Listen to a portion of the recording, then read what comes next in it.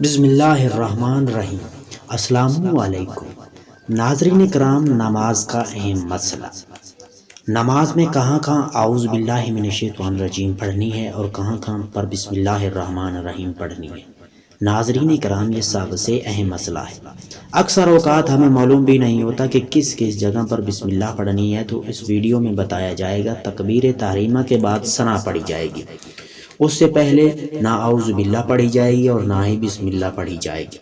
سورۃ فاتحہ شروع کرنے سے پہلے پہلی رکعت میں اعوذ باللہ من الشیطان الرجیم پڑھنا سنت ہے، اس کے بعد بسم اللہ الرحمن الرحیم پڑھنا بھی سنت ہے۔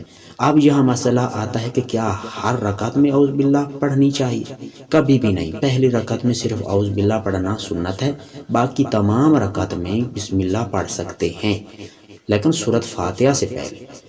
اب دوسرا مسئلہ یہ ہے کہ سورۃ فاتحہ کے بعد جو سورت شروع کی جائے گی، اس سورت میں اعوذ باللہ یا بسم اللہ پڑھنا چاہیے یا نہیں؟ تو یہاں اعوذ باللہ نہیں پڑھنی۔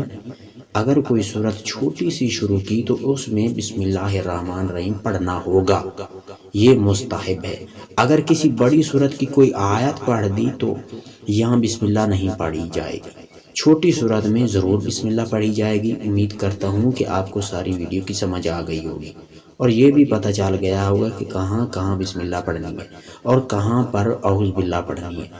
پہلی رکعت میں ضرور اعوذ باللہ پڑھیں سورۃ فاتحہ سے پہلے، جبکہ دوسری تمام رکعات میں چاہیے وہ 4 رکعت نماز ہو یا چاہے 2 رکعت نماز ہو، اس میں اعوذ باللہ نہیں پڑھی جائے گی۔ سورۃ فاتحہ سے پہلے صرف بسم اللہ پڑھی جائے گی۔